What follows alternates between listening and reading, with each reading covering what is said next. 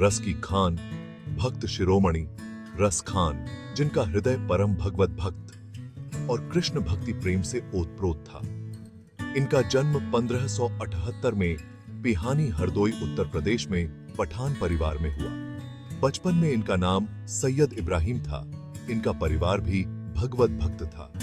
बचपन में माता पिता के स्नेह के साथ ऐश्वर्य व लार्ह प्यार भी खूब मिला। पारिवारिक पृष्ठभूमि धार्मिक होने के कारण रस खान को भी धार्मिक जिज्ञासा बचपन में ही मिल गई।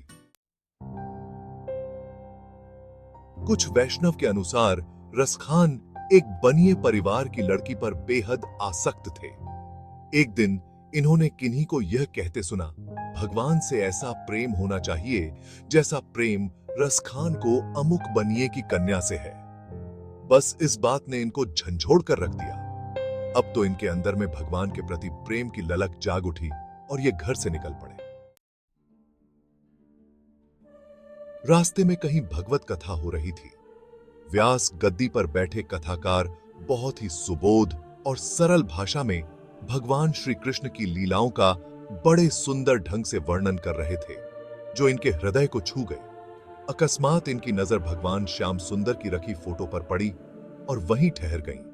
काफी समय तक टकटकी लगाकर देखते रहे। उनके नेत्र भगवान के मनोहारी रूप से हट नहीं रहे थे।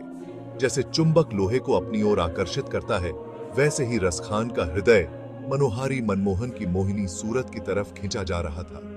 यहां तक कि कथा समाप्त हो गई। श्रोतागण चले गए। इन्हें कोई होश नहीं, क्योंकि इनकी नजरें तो जैसे अपलक हो गईं। व्यास जी ने इस अद्भुत बालक के प्रेम को पहचाना और पूछा, वत्स क्या निहार रहे हो?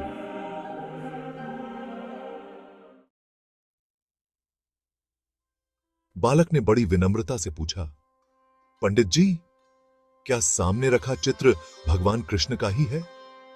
पंडित जी ने कहा, हां, यह उन्हीं नटवर नागर चित्तचोर का चित्र है।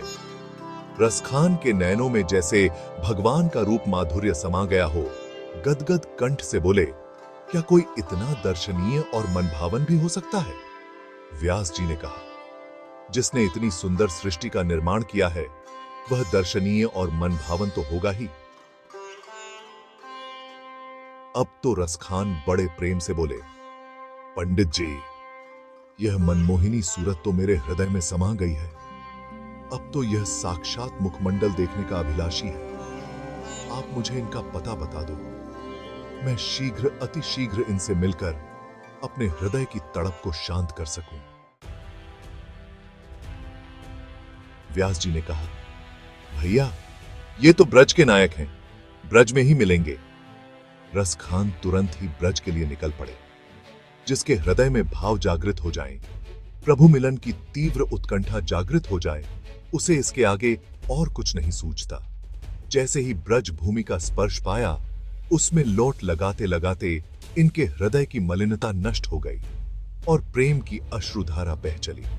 तत्पश्चात कालिंदी के परम पवित्र जल की शीतलता के स्पर्श से रसखान के भावपूर्ण हृदय में प्रेम वेग से कंपन्न होने लगा।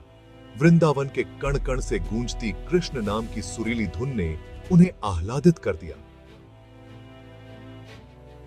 धामों में धाम परम धाम वृंदावन जैसे स्वर्ग की अनुभूति करा रहा था। इस दिव्य धाम की अनुभूति को रसखान जी ने अपने पद में कुछ इस प्रकार व्यक्त किया है, या लकुटी अरु कमरिया पर राज तिहुपुर को तजिडारो। आठों सिद्धि नवो निधि को सुख नंद की गाय चराए बिसारो। रसखान सदा इन नयनन सो ब्रज के वन तड़ाग निहारो।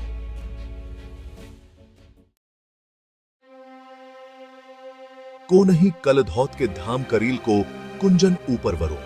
एक दिन रसखान के मन में गोवर्धन धाम जाने की इच्छा हुई, तुरंत ही चल दिए। वहां पहुंचने पर बड़े प्रसन्नचित्त से श्रीनाथ जी के दर्शन के लिए मंदिर में प्रवेश के लिए घुसने लगे। वहां खड़े पुजारी ने टोकते हुए कहा, अरे कहां घुसे जा रहे हो? तुम्हारी वेशभूषा तो दूसरी है, तुम मंदिर में प्रवेश नहीं कर सकते। ये कैसा प्रतिबंध? वेशभूषा का भक्ति से क्या संबंध? पुजारी ने कहा, मैं कुछ नहीं सुनना चाहता, तुम्हें मंदिर में नहीं घुसने दूंगा। भाई, मैं भी इंसान ही हूं। सबकी तरह मैंने भी एक स्त्री के गर्भ से जन्म लिया है।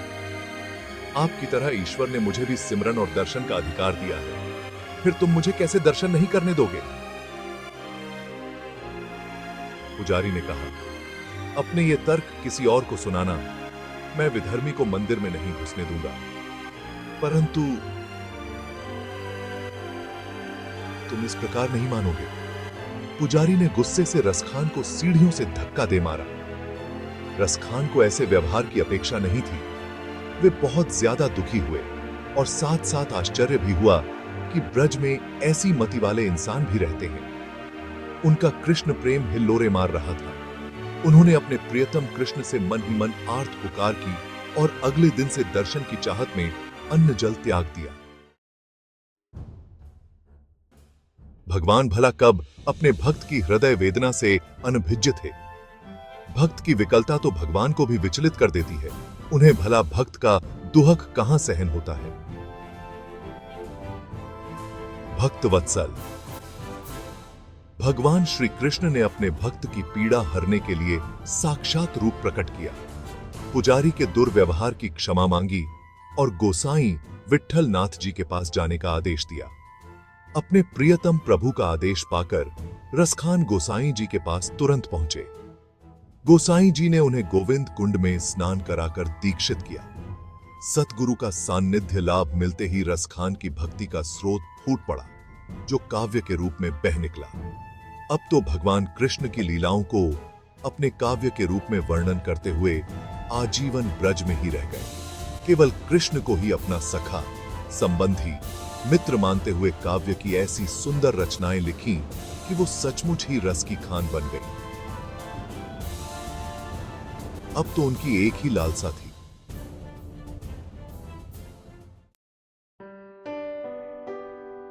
मानुष हो तो वही रसखान बसों ब्रज गोकुल गांव के ग्वारण। जो पशु हो तो कहा बस मेरो चारों नित नंद की धेनु मंझारण। पाहन हो तो वही गिरी को जो धर्यो कर छत्र पुरंदर कारण। जो खग हो तो बसेरो करो नित कालिंदी फुल कदम्ब की डारन। मेरा जब कभी भी जन्म हो तो यहीं ब्रज भूमि पर ही हो। मनुष्य बनूं तो रसखान के ही रूप में जन्म हो। पशु बनूं तो नंद के आंगन की ही गया बनूं। पर्वत बनूं तो यही गोवर्धन ही बनूं। और अगर पंछी बनूं तो इसी कालिंदी के तट पर कदम्ब वृक्ष पर ही बसेरा करूं। ही कब्बेम की सी कुबोची बरससा थी। इस प्रकार उच्च कोटि के काव्य और भक्ति के धनी रसखान ने प्रभु सिमरन करते हुए 45 वर्ष की आयु में निज धाम की यात्रा पूर्ण की। एक अद्भुत घटना घटी, वो ये कि जिनके दर्शन के लिए अनेकों योगी, सिद्ध पुरुष, परम भक्त आदि जन तरसा करते हैं, उन्हीं भक्त वत्सल भगवान कृष्ण ने अपने निज हाथों से अपने इस प्रिय भक्त की अंत्येष्टि कर भक्त की कीर्ति को बढ़ाया। धन्य है ऐसे महान रसखान जिन्हें प्रेम पाश में बंधे भगवान की कृपा और दर्शन दोनों का परम सौभाग्य मिला। भाग्य क्षम